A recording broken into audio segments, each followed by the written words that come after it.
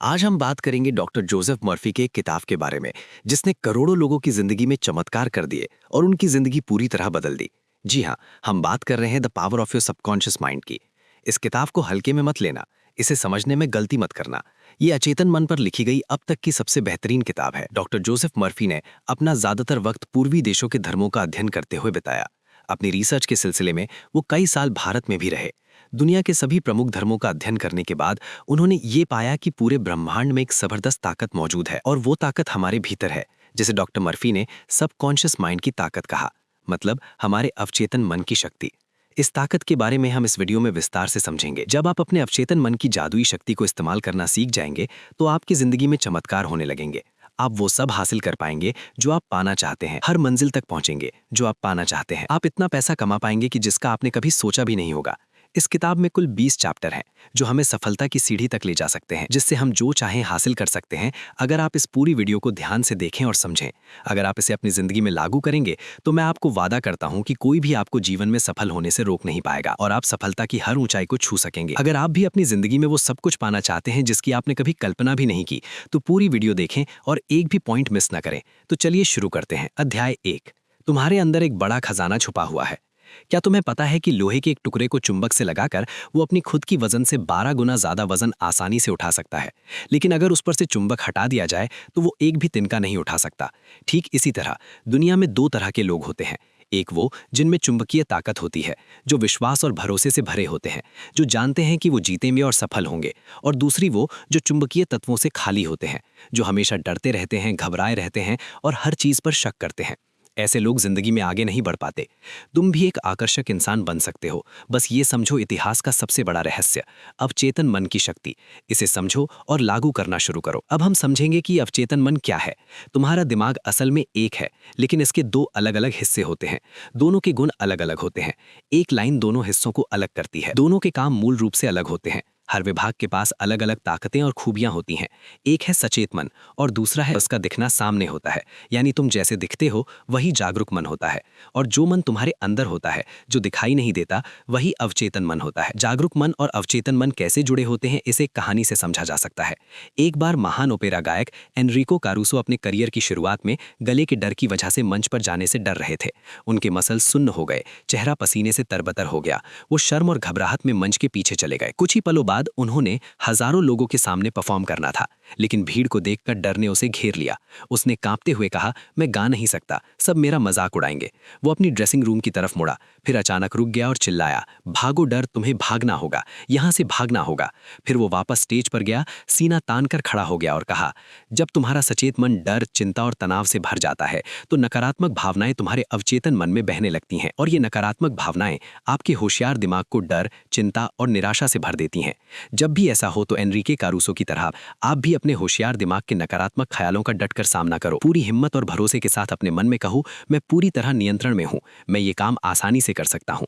जब आप होशियार दिमाग को ऐसे आदेश देते हो तो आपका अवचेतन मन शांति, संतुलन और उत्साह से भर जाता है और आपके अंदर उत्साह और ताकत आ जाती है। आपको ऐसे नतीजे मिलेंगे जिनका आपने कभी सोचा भी नहीं होगा। मान लो आपका दिमाग एक बगीचा है और आप उस बगीचे के मालिक हैं। अब आपके बगीचे में कौन सी फसल उगेगी? जाहिर सी बात है, सिर्फ वही फसल उगेगी जिसके बीज आप उसमें बोएंगे। उसी तरह हम भी पूरे दिन अपने दिमाग के बगीचे में अपने विचारों के बीज बोते रहते हैं। अब ये विचारों के बीज कहाँ से आते हैं? ये हमारी आदतों से जन्म लेते हैं। अगर आप कांटे बोओगे तो क्या अंगूर मिलेंगे? अगर आप कांटेदार झाड़ियां बोओगे तो क्या अंजीर की फसल उगेगी? जैसे बीज आप अपने दिमाग में बोते हो वैसे ही नतीजे तुम्हें मिलते हैं।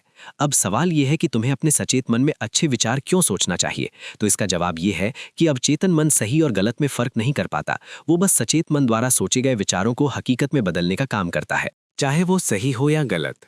ये बहुत ही महत्वपूर्ण बात है। अगर आप इसे एक बार में समझ नहीं पाए तो वापस जाकर इसे फिर से सुनो। उदाहरण के लिए, अगर कोई व्यक्ति किसी से बहुत गुस्सा है और उसका गुस्सा इतना बढ़ गया है कि वो उस व्यक्ति को मारना चाहता है और बार बार कहता रहता है, मैं उसे मारूंगा, मैं उसे मार डालूंगा, मैं उसे खत्म कर दूंगा। ऐसे बार बार कहने से ये बातें उस व्यक्ति के अवचेतन मन में बस जाती हैं और जो अल्लाह की रहमत से पैदा हुए हैं उनके अवचेतन मन में मेरे मालिक के आदेश गूंजेंगे और ऐसे हालात बनाएंगे कि एक दिन वो व्यक्ति सच में हत्या कर बैठेगा। अब किसी को मारना बहुत बुरी बात है, तो अवचेतन मन ने उसे ये सब करने से क्यों नहीं रोका? क्योंकि अवचेतन मन सही गलत का फर्क नहीं करता। ये बस काम करता है कि जो भी सोच हो, जो चेतन मन सोचता है उसे सच कर दे, चाहे वो सोच सही हो या गलत। और अगर कोई छात्र बार बार बोले मैं टॉप करूंगा और ये सोच अपने अवचेतन मन में बैठा ले, तो फिर उसका अवचेतन मन कहेगा जो भी मेरा आदेश है वही करूंगा। बॉस ये ऐसी परिस्थितियां बना देगा कि तुम्हें इतना मेहनत करनी पड़ेगी कि वो सीधे तुम्हारे एग्जाम में दिखेगा। ये सबकॉन्शियस माइंड तुम्हारी हर मनचाही चीज को हकीकत में बदल सकता है। इसलिए दिमाग में आने वाले हर ख्याल की अहमियत है। अपने दिमाग में सिर्फ ऐसे ख्यालों को जगह दो जो तुम्हें ताकत और शक्ति दें। जो दिमाग को कमजोर करें, ऐसे ख्यालों को मत आने देना। दूसरा अध्याय, तुम्हारा अपना दिमाग कैसे काम करता है। कॉन्शियस माइंड जहाज के कप्तान की तरह होता है। वो सिर्फ इंजन रूम में बैठे कर्मचारियों को आदेश देता है, जो सारे बॉयलर, मशीनें और उपकरण चलाते हैं। मशीन रूम में काम करने वाले कर्मचारी नहीं जानते कि वे कहाँ जा रहे हैं और किस दिशा में। वे सिर्फ कप्तान के कंपास और अन्य उपकरणों के आधार पर दिए गए आदेशों का पालन करते हैं, चाहे आदेश गलत या अधूरा ही क्यों ना हो। अगर कप्तान उन्हें कोई आदेश दे भी दे तो वे बिना सवाल किए उसका पालन करते हैं, भले ही किसी पहाड़ से टकरा जाएं, क्योंकि उनका काम सिर्फ आदेश मानना है। कर्मचारी कप्तान से सवाल नहीं कर सकते, वे बस आदेश मानते हैं। ऐसे ही आपका सचेत मन आपके जहाज का कप्तान और मार्गदर्शक होता है। जो भी आपका सचेत मन सही मानता है और उस पर भरोसा करता है, आपका अवचेतन मन बिना किसी सवाल के उस आदेश को स्वीकार कर लेता है। उसे सही या गलत होने से कोई फर्क नहीं पड़ता। और जब आप किसी शब्द या वाक्य को बार बार अपने सचेत मन से दोहराते हैं, तो आपका अवचेतन मन उसे स्वीकार कर लेता है और उसे सच कर दिखाता है, भले ही वो चीज़ सही हो या गलत, सकारात्मक हो या नकारात्मक। जब आप कोई भी बात कहते हैं, नकारात्मक बातें बार बार दोहराते रहो, तुम कहते हो कि ये बहुत मुश्किल है, मैं कर नहीं सकता, मैं स्मार्ट और होशियार नहीं हूँ, मैं बेकार हूँ, मेरी ताकत में नहीं है, मैं अमीर नहीं बन सकता, तो तुम्हारा अवचेतन मन तुम्हारी बातों को सच मान लेता है और ठीक वैसी ही परिस्थितियां बना देता है जो तुम्हारे लिए उस चीज़ को पाना सच में मुश्किल बना देती हैं। जब तक तुम कहते रहोगे मैं ये कार नहीं खरीद सकता, मैं यूरोप नहीं जा सकता, मैं ये घर नहीं खरीद सकता, मैं ये सूट या पैंट नहीं खरीद सकता, तब तक तुम्हारा अवचेतन यही मानता रहेगा। तुम्हारा शरीर और दिमाग तुम्हारे नकारात्मक आदेशों का पालन करेगा और तुम अपनी पूरी जिंदगी कमी में रहोगे। लेकिन अगर तुम इसके बजाय ये कहो, ये बहुत आसान है, मैं बहुत समझदार और होशियार हूँ, मैं 100% अमीर बन जाऊँगा, मैं ये कार खरीद सकता हूँ, मैं यूरोप की यात्रा पर जा सकता हूँ, तो तुम्हारा अवचेतन मन बिना किसी सवाल के इस सच को स्वीकार कर लेगा और ऐसी परिस्थितियाँ बनाएगा जिससे तुम वो चीज़ हासिल कर सको। ये शायद तुम्हें थोड़ा अजीब लगे, लेकिन सच यही है। दोस्तों, चलो एक और उदाहरण देखते हैं। एक युवा गायिका को गाने के ऑडिशन के लिए बुलाया गया था। वो इंटरव्यू का बेसब्री से इंतजार कर रही थी, लेकिन 3 बार ऑडिशन में फेल हो गई। उसकी आवाज़ बहुत मीठी थी, लेकिन फिर भी वो फेल हो गई। ऐसा क्यों हुआ? क्योंकि हर बार इंटरव्यू से पहले वो अपने आप से कहती थी कि लोग मुझे पसंद नहीं करेंगे, मेरी आवाज़ को नहीं पसंद करेंगे, मुझे बहुत डर लग रहा है कि शायद मैं सिलेक्ट नहीं हो पाऊंगी। उसका अवचेतन मन उसकी नकारात्मक बातों को मान गया और उन्हें उसके सामने पेश कर दिया। उसने इसे एक अनुभव के तौर पर लिया। वो फेल हो गई। उसने अपने डर को इस तरह पार किया। दिन में 3 बार वो एक कमरे में गई, वो एक कुर्सी पर बैठ गई और उसने अपने शरीर को आराम दिया। उसने अपनी आंखें बंद कर लीं। ऐसा करके उसने अपने मन और शरीर को शांत किया। अपने डर को दूर करने के लिए उसने खुद से कहना शुरू किया, मेरी आवाज़ बहुत मधुर है, मैं बहुत खूबसूरती से गा सकती हूँ, मैं पूरी तरह से गाने के लिए तैयार हूँ, मैं गाऊंगी और मधुर आवाज़ में गाऊंगी। उसने अपने शब्दों को शांत आवाज़ में आत्मविश्वास के साथ दोहराया। फिर वो दिन में 3 बार अभ्यास करने लगी, हर बार 5 से 10 बार यही बात दोहराते हुए। महीने के अंत तक वो फिर से पूरे उत्साह और आत्मविश्वास के साथ वापस आ रही। वो तैयार हुई और जब उसे फिर से ऑडिशन के लिए बुलाया गया तो उसने बहुत मधुर आवाज में गाया और उसे सिलेक्ट कर लिया गया। अगर कभी तुम्हें भी जिंदगी में ऐसी स्थिति का सामना करना पड़े तो तुम्हें ये तरीका 100% अपनाना चाहिए। तुम जरूर सफल होगे। अध्याय 3, तुम्हारे अवचेतन मन की चमत्कारी शक्ति। अमेरिकी मनोविज्ञान के पिता विलियम जेम्स ने कहा है कि दुनिया को हिलाने की ताकत तुम्हारे अवचेतन मन में होती है। जो कुछ भी तुम अपने अवचेतन मन पर अंकित करते हो, वो उसे पूरा करने के लिए आसमान और जमीन हिला देता है। वो बस एक काम करता है, इसलिए तुम्हें उसमें सही और सकारात्मक सोचें लिखनी चाहिए। कई बार आपको ऑस्लिक्स के लिए सुबह 4 बजे उठना पड़ता है, तो आप अलार्म 4 बजे सेट करते हैं और सो जाते हैं। लेकिन सुबह 4 बजे अलार्म बजने से कुछ मिनट या कुछ सेकंड पहले ही आप जाग जाते हैं। ऐसा क्यों होता है? क्योंकि आपका अवचेतन मन बहुत ताकतवर होता है। जब आप सोने जाते हैं तो अपने मन में सोचते हैं कि मैं कल सुबह 4 बजे उठ जाऊंगा। ये बात आपके अवचेतन मन में सेट हो जाती है कि आपको 4 बजे उठना है, और आपका अवचेतन मन काम करने लगता है और अलार्म बजने से कुछ सेकंड या मिनट पहले ही आपको जगा देता है। तुम भी बड़ी चीजें पाने के लिए ये तरीका अपना सकते हो। बस हर रात सोने से पहले बिस्तर पर लेट जाओ, अपने शरीर को आराम दो, अपनी आंखें बंद करो और अपने अवचेतन मन को सुझाव दो। ये सुझाव वो हो सकते हैं जो तुम पाना चाहते हो या हासिल करना चाहते हो। जैसे अगर तुम्हें अपने बिजनेस में सफल होना है तो तुम दिन रात कह सकते हो, मैं अपने हर काम में अमीर हो रहा हूँ, मेरा बिजनेस दिन ब दिन बढ़ रहा है, मुझे बहुत सारा पैसा मिल रहा है, मैं अमीर बन रहा हूँ, मुझे दुनिया की सारी खुशियाँ मिल रही हैं, मैं परफेक्ट हूँ, आदर्श हूँ, शक्तिशाली हूँ, प्यार हूँ, पूरी तालमेल में हूँ, पूरा और खुश हूँ। तुम्हें ये लगातार 21 दिन करना है और उसके बाद तुम इसके आदी हो जाओगे और हैरान हो जाओगे कि तुम्हारी जिंदगी में ऐसे चमत्कार होंगे, ऐसी चीजें होने लगेंगी जिनका तुमने कभी सोचा भी नहीं होगा। अपने अवचेतन मन को उन विचारों से भर दो जो तुम्हें खुशी, समृद्धि, प्यार, आनंद और उत्साह देते हैं। इससे क्या होगा कि तुम्हारे नकारात्मक जहरीले विचार जो अंदर बसे हुए हैं, वो हमेशा के लिए बाहर निकल जाएंगे। हाँ, लेकिन इसके लिए तुम्हें लगातार मेहनत करनी पड़ेगी, और जब आप इसकी आदत डाल लेंगे तभी आपकी मंजिल की शुरुआत होगी। याद रखें, जैसे पानी पाइप में जाकर उसके मुताबिक बहने लगता है, वैसे ही जिंदगी भी आपके अंदर के विचारों पर निर्भर करती है। चौथा अध्याय, प्राचीन काल में मानसिक उपचार। पुराने जमाने में जब आज जैसे बड़े अस्पताल नहीं होते थे, लोग बीमारियों का इलाज करते थे और लोग अपनी बीमारियों से ठीक हो जाते थे। उस वक्त इंसान बीमारियों से काफी हद तक मुक्त रहता था। इलाज का ज्ञान ये सब सिर्फ पुजारियों और धार्मिक नेताओं तक ही सीमित था।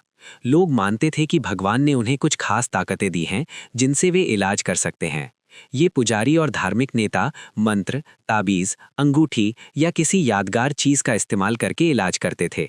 उनका ऐसा तजुर्बा था कि जब कोई बीमार पड़ता, लोग उसे इन पुजारियों या धार्मिक गुरुओं के पास ले जाते और वे सिर्फ मंत्रों और ताबीज की मदद से उसे ठीक कर देते और मरीज भी ठीक हो जाता। क्या तुम्हें लगता है कि वो मरीज सिर्फ ताबीज या मंत्रों की वजह से ठीक हुए थे? लेखक कहता है कि उन्हें ठीक होना सिर्फ ताबीज या मंत्रों की वजह से नहीं, बल्कि अवचेतन मन की ताकत से हुआ था। जैसा कि हमने पहले देख लिया कि लोग इन पुजारियों और धार्मिक गुरुओं पर विश्वास करते थे। उन्हें पूरा भरोसा होता था कि वे उन्हें ठीक कर देंगे। जैसे ही मरीज उनके पास जाता, उसे ये महसूस होने लगता कि अब वो जरूर ठीक हो जाएगा, और ये बात उसके अवचेतन मन में बैठ जाती कि अब वो जरूर ठीक होगा। और जैसा हमने पहले ही समझ लिया है, जो विचार हमारे अवचेतन मन में गहराई से बस जाता है, वो हकीकत का रूप ले लेता है, और इसी वजह से उन मरीजों की तबीयत ठीक हो गई। हमारा अवचेतन मन इतना ताकतवर है कि ये आपकी हर बीमारी को ठीक कर सकता है। जितना ज्यादा विश्वास होगा, उतनी जल्दी नतीजे मिलेंगे। पांचवा अध्याय, आधुनिक युग में मानसिक इलाज। जैसे पुराने जमाने में पुजारी और धार्मिक गुरु लोगों का इलाज करते थे, वैसे ही आज के आधुनिक युग में भी लोगों का इलाज होना चाहिए। डॉक्टर और अस्पताल होते हैं, लेकिन एक पुरानी कहावत है कि डॉक्टर केवल जख्म पर पट्टी बांधता है और भगवान उसे ठीक कर देता है। यहाँ भगवान शब्द का इस्तेमाल अवचेतन मन के लिए किया गया है। कोई भी डॉक्टर या सर्जन पूरी तरह से ये दावा नहीं कर सकता कि उसने मरीज को पूरी तरह से ठीक कर दिया है। ठीक होने की ताकत वही होती है, भले ही उसे अलग अलग नामों से बुलाया जाए, जैसे प्रकृति, जीवन, भगवान, सृजनात्मक ज्ञान, लेकिन असल में ये सब अवचेतन शक्ति की तरफ इशारा करने के अलग अलग तरीके हैं। एक मरीज था जिसकी जीभ लकवाग्रस्त थी। उसके डॉक्टर ने मरीज से कहा कि उसके पास एक नई डिवाइस है जिसे वो मानता है कि ये उसे ठीक कर देगी। डॉक्टर ने मरीज के मुंह में पॉकेट थर्मामीटर रखा। मरीज ने उस नई डिवाइस की कल्पना की। कुछ ही मिनटों में उसने खुशी से चिल्लाकर कहा कि उसकी जीभ फिर से काम करने लगी है। एक युवती डॉक्टर के पास आई और उसने लिखा कि उसकी आवाज़ पिछले 4 हफ्तों से बंद है। डॉक्टर ने उसका जांच किया, ये बात सही पाई गई। डॉक्टर ने उसे बताया कि खोई हुई आवाज़ कभी कभी बिजली के प्रयोग से वापस आ जाती है, और ये तरीका सुझाव के प्रभाव से आसानी से किया जा सकता है। मैंने इलेक्ट्रिक उपकरण बुलाया और बस उसका स्विच दबाते ही उसे आवाज़ वापस मिल गई। उसे ऐसा लगा जैसे उसको कोई शॉक दिया जा रहा है, जबकि असल में उसे कोई हॉबी नहीं दी गई थी। बाद में डॉक्टर ने मरीज के अवचेतन मन को कुछ हिदायतें दी, जैसे अब तुम जोर से बोल सकते हो। डॉक्टर ने अक्षर ए अपनी मनचाही सफलता कैसे पाएं? अपने अवचेतन मन को सक्रिय करने का सबसे अच्छा समय होता है सोने से ठीक पहले और जागने के तुरंत बाद। ऐसा इसलिए क्योंकि सोने से पहले और जागने के तुरंत बाद मन सबसे ज्यादा प्रभावी होता है। इस अवस्था में वे नकारात्मक विचार और तस्वीरें जो आपकी इच्छाओं के खिलाफ होती हैं, कमजोर पड़ जाती हैं। अब आपकी अवचेतन मन द्वारा उनकी स्वीकृति को रोकने वाली कोई चीज नहीं बचती। जब आप अपनी इच्छा पूरी होने की हकीकत और सफलता की कल्पना करते हैं, जब आप उत्साहित महसूस करते हैं, तो आपकी अवचेतन मन आपकी इच्छाओं को पूरा करती है। सेहत तो सेहत महसूस करने से पैदा होती है, दौलत भी दौलत महसूस करने से आती है। अब बताओ, तुम्हारा एहसास क्या है? कल्पना आपकी सबसे बड़ी अंदरूनी ताकत है। अच्छी और खूबसूरत चीजों की कल्पना करो।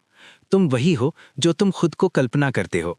सोने से पहले अपनी इच्छाओं के सच होने की बार बार कल्पना करो। मानो कि आपकी वो सारी ख्वाहिशें पूरी हो रही हैं। आराम से सो और खुश होकर जागो। एक दिन आएगा जब आपकी मनचाही चीज हकीकत बन जाएगी। याद रखो, अगर आपकी जिंदगी में कोई समस्या है, तो सोने से पहले अपनी किसी भी समस्या का जवाब ढूंढने की जिम्मेदारी अपने अवचेतन मन को सौंप दो। वो तुम्हें जवाब देगा। दोस्तों, अगर आप अभी भी ये वीडियो देख रहे हो, तो इसका मतलब है कि आप जिंदगी में बहुत तरक्की करना चाहते हो और अपने अवचेतन मन की ताकत से सफलता की बुलंदियों को छूना चाहते हो। ये जरूर होगा। आने वाले पॉइंट्स ज्यादा महत्वपूर्ण हैं। वीडियो में बने रहिए। चैप्टर 6, धन और अवचेतन मन की ताकत का इस्तेमाल कैसे करें धन के लिए। सही तरीका धन की चेतना विकसित करने का। आप एक काम कीजिए, ये 2 शब्द रोजाना सोने से पहले और सुबह उठते ही 5 मिनट तक दोहराइए। इन शब्दों में जबरदस्त ताकत है। धन और सफलता, इन्हें लोरी की तरह बार बार कहिए और आप नतीजों से हैरान रह जाएंगे। धन आपके पास बड़े बड़े हिमकणों की तरह बहकर आएगा। लेखक बताते हैं कि एक बहुत परेशान व्यापारी मेरे पास आया। उसकी बिक्री और आर्थिक हालत बहुत खराब थी। मैंने उससे कहा कि वो अपने ऑफिस आए, वहां शांति से बैठकर बार बार ये वाक्य दोहराए, मेरी बिक्री हर दिन बढ़ रही है। रात को सोने से पहले और सुबह जागते ही ये बात दोहराने लगा। उसका सचेत और अवचेतन मन दोनों मिलकर काम करने लगे। कुछ ही हफ्तों में उसे अच्छे नतीजे मिलने लगे। आप भी यही तरीका अपना सकते हैं। कुछ लोग कहते हैं, मैंने किया लेकिन कोई फर्क नहीं पड़ा। ऐसा हुआ, उन्हें नतीजे नहीं मिले क्योंकि शायद 10 मिनट बाद ही वे डर के ख्यालों में खो गए और उस अच्छी बात को ठुकरा दिया जो उन्होंने कही थी। जब आप सुबह जमीन में बीज बोते हैं और दोपहर तक वो पौधा नहीं बनता, तो क्या आप उसी दिन जमीन खोदकर उसे बाहर निकाल लेते हैं? नहीं, आप उसे बढ़ने का वक्त देते हैं, जड़ें जमाने का मौका देते हैं। ठीक वैसे ही जब आप अपने अवचेतन मन को कोई सुझाव देते हैं, तो कई बार तुरंत नतीजे नहीं मिलते।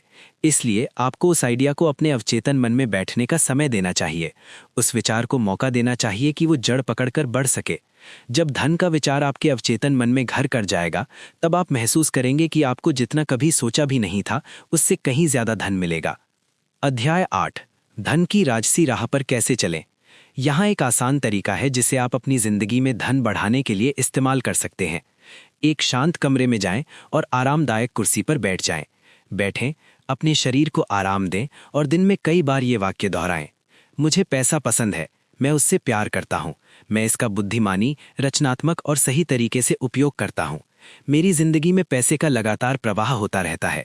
मैं खुश हूँ, मैं पैसे को छोड़ देता हूँ और वो चमत्कारिक तरीके से बढ़कर मेरे पास वापस आता है। ये बहुत अच्छा है।